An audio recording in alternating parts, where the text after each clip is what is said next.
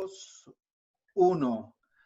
Hola nuevamente, estamos aquí con otra de nuestras entrevistas que nos va a ayudar a tener una perspectiva clara acerca del tema que estamos trabajando hoy en el webinario. Es un honor para mí y un gusto muy grande presentarles a mi querido padre, el profesor Luis Ernesto Ojeda. Mi padre está en Colombia y vamos a hacerle las mismas preguntas que le hemos hecho a los otros invitados.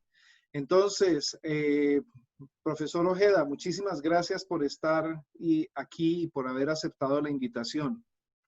Con gusto. Gracias, profesor. Usted, dentro de su larga trayectoria profesional, también ha tenido la oportunidad de enseñar español como lengua extranjera. ¿Podría comentarnos un poco acerca de esa experiencia? Sí, claro, cómo no. La experiencia como profesor de español como lengua extranjera empezó muy temprano. Cuando tenía 16 años, dejé los estudios del bachillerato clásico, el bachillerato tradicional aquí en Colombia, y me fui a la escuela normal asociada al proyecto principal número 1 de la UNESCO para América Latina. Casi me van los 3 minutos en ese nombre, pero así se llamaba. Entonces allí encontré personas de diferentes partes, no solamente de Colombia, porque cada departamento y cada región colombiana becaba, como estaba yo becado, eh, 2, 3 estudiantes, 4 estudiantes, de acuerdo con la población de cada región. Y entonces para mí a esa edad, cuando todavía era adolescente, fue una verdadera enseñanza porque entendí que era Colombia. Pero en segunda medida había profesores de diferentes partes del mundo. Y así fue como tuve profesor boliviano, profesor salvadoreño, profesor mexicano, 2 profesores españoles y hasta un sociólogo norteamericano. Entonces, eso a esa edad impacta y le queda a uno para toda la vida. Y esa fue la forma como yo comencé a vincularme con el mundo y a entender que no solamente existíamos los colombianos, sino que había gente que también hablaba español como los que mencioné antes, pero también hablaban otro idioma y compartía con nosotros fuera de clase, que era Mr. Pearson, que era el sociólogo, ¿sí? Y eso impactó mucho. Pero bueno, en segunda medida, fui profesor de español como lengua 2 a un alemán que me pidieron a través de un amigo que le dictara clases de español porque él representaba una compañía alemana que distribuía repuestos para vehículos, para carros aquí en Colombia y poco sabía español. Entonces necesitaba un profesor español y esa fue como una especie de tutoría. Eso fue una gran experiencia para mí. Y la tercera experiencia tuvo que ver con mi viaje a Corea del Sur, a Seúl, la capital, donde estuve trabajando durante 2 años y en ese transcurso fue como profesor de lengua española como lengua 2. Y claro, para mí fue fundamental porque aprendí muchas cosas, ya que la universidad no me había preparado como profesor de español como lengua 2, sino como profesor de español para hablantes de español, lo mismo que sucede en inglés, alemán o cualquier otra lengua. Muy bien, sí, perfecto. Y también tiene experiencia desarrollando materiales para enseñar español, ¿verdad? Sí, claro. El tiempo es muy poco porque es que en la otra biblioteca tengo una especie de cuadernito o libro pequeño, por ahí como de unas 60 páginas, en donde yo entrevistaba a los estudiantes que habían sido mis alumnos. Esos alumnos allá en Corea eran alumnos ya de posgrado y nosotros los recibíamos en el Training and Research Center, que era un centro, como dice en inglés, un centro de entrenamiento y de investigación en 3 lenguas: lengua española, lengua francesa y lengua árabe. Entonces compartir, y eso fue otra experiencia internacional, porque teníamos apartamentos en el mismo piso. El profesor árabe, y a usted lo recuerda porque usted vivió allá en Corea cuando usted Nabil, apenas tenía 10 años, ¿sí? Nabil. Sí, Nabil, por ejemplo, y eran Ujú. 3 profesores de cada idioma, 3 profesores árabes, y ahí aprendí yo que el árabe clásico no se habla en Arabia Saudita, sino en Egipto, y ellos eran egipcios, ¿sí? Ok. ¿Escucha Y una música de vallenato? sí, claro, es que están dando serenatas a mediodía y ha habido serenatas de toda clase, rancheras, ahora son vallenatos. Bueno, Bueno, pues vamos a explicar a los profesores de qué se trata. Debido a que los sitios de entretenimiento están cerrados en Colombia, entonces los grupos musicales como los mariachis, los vallenatos, grupos de diferentes tipos de música han decidido salir a la calle y estar frente a los edificios de apartamentos para interpretar su música para que la gente les dé dinero, ¿verdad? sí, cómo no. Ah, Está bien, bueno, sí, porque ellos están pasando, como todo el mundo está pasando una situación de mucha emergencia, de muchas calamidades, y ellos que ganan su vida es presentándose en teatros, en bares, en cafeterías, entonces no tienen trabajo. claro. Entonces, pues con el fondo vallenato, creo que es música de Diomedes Díaz, ahí vamos a hacerle la segunda pregunta. Gracias por Eh, compartir su experiencia como profesor de L o de español como segunda lengua. Eh, Ubicándose en un contexto, si quiere, por favor, ubíquese en el contexto de su labor como profesor de español en Corea del Sur, con ese grupo específico de estudiantes, que eran estudiantes ya adultos. ¿Cuál cree usted que sea la responsabilidad social que tiene el maestro de español como maestro de español como segunda lengua en un grupo como ese? para mí hay varias responsabilidades.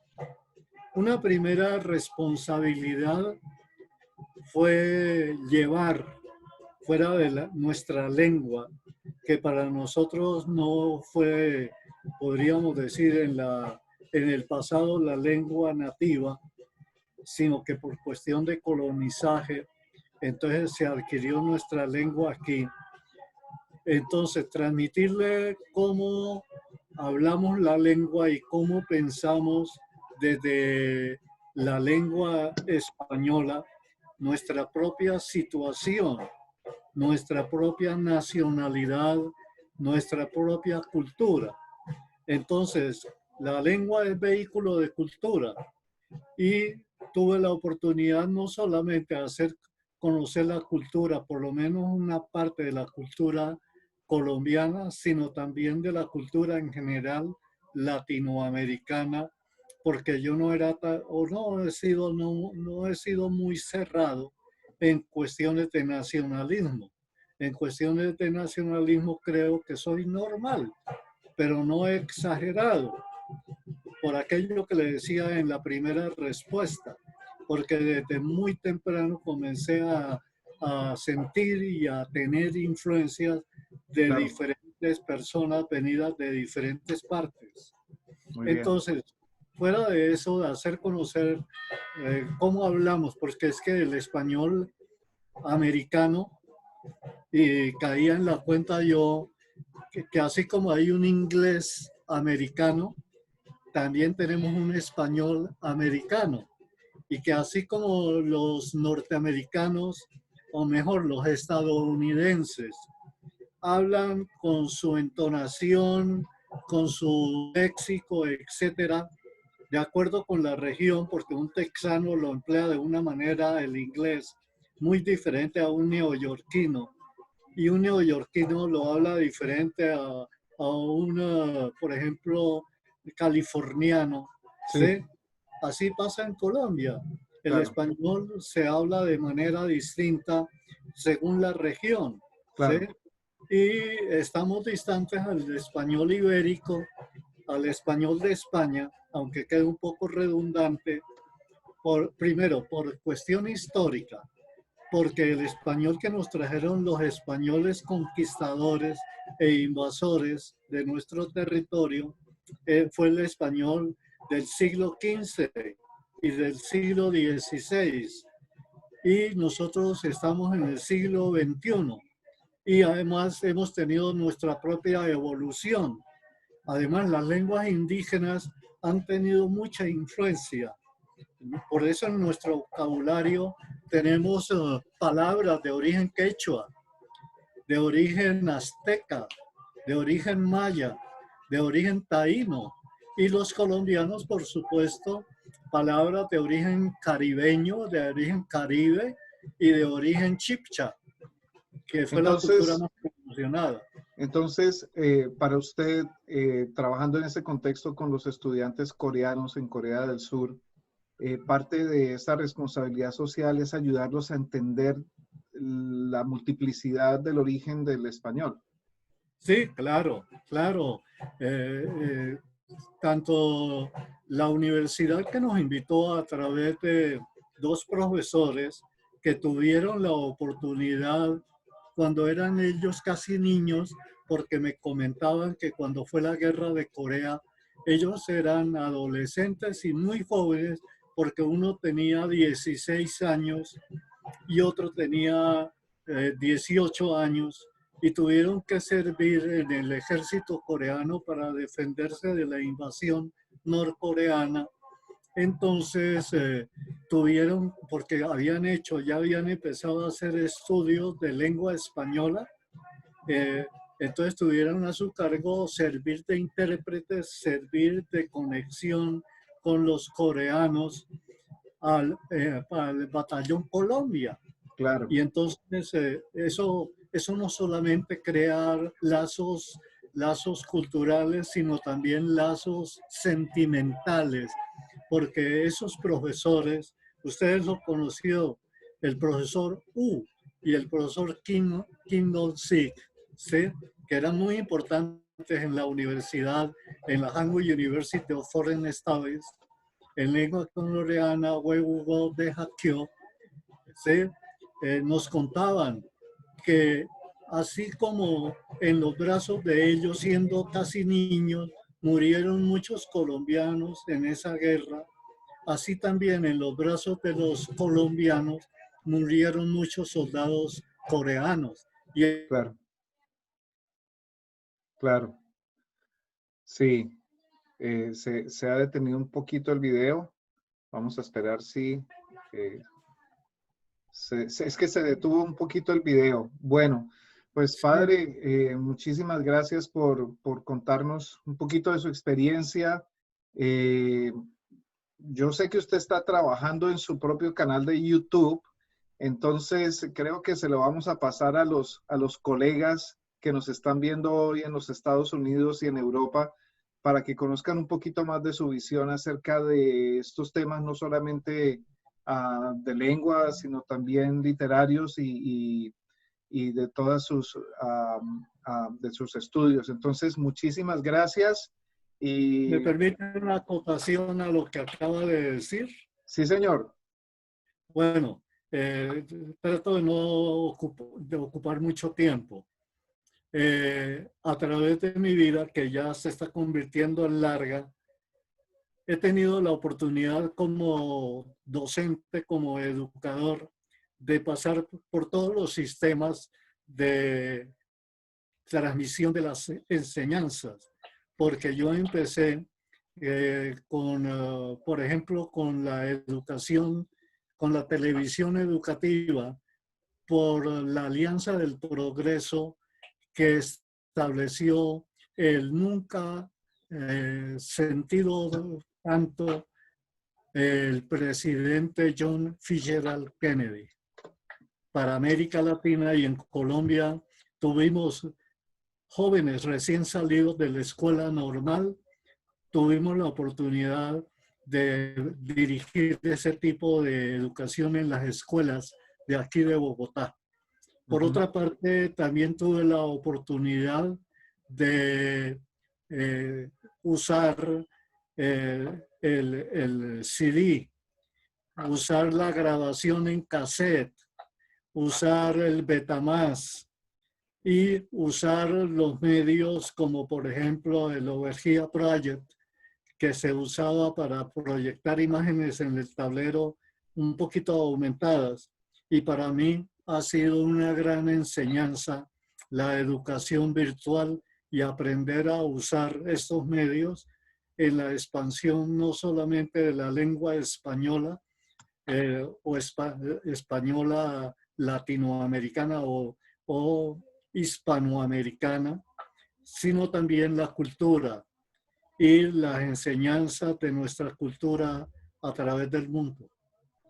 Sí, señor. Pues es lo que tratamos de hacer con este tipo de eventos también, ¿no? Usted a través de sus minicursos para sus estudiantes y para el público en general con el canal de YouTube que está haciendo y aquí el servidor con los webinarios que hacemos, tratamos de hacer cada fin de semana. Entonces, padre, muchísimas gracias nuevamente y espero que siga disfrutando de la serenata de vallenato. Ya los vi pasar, ya se fueron. No les digo plata. Bueno, chao. Chao, que estés muy Gracias. bien. Hasta Chao, luego. gracias.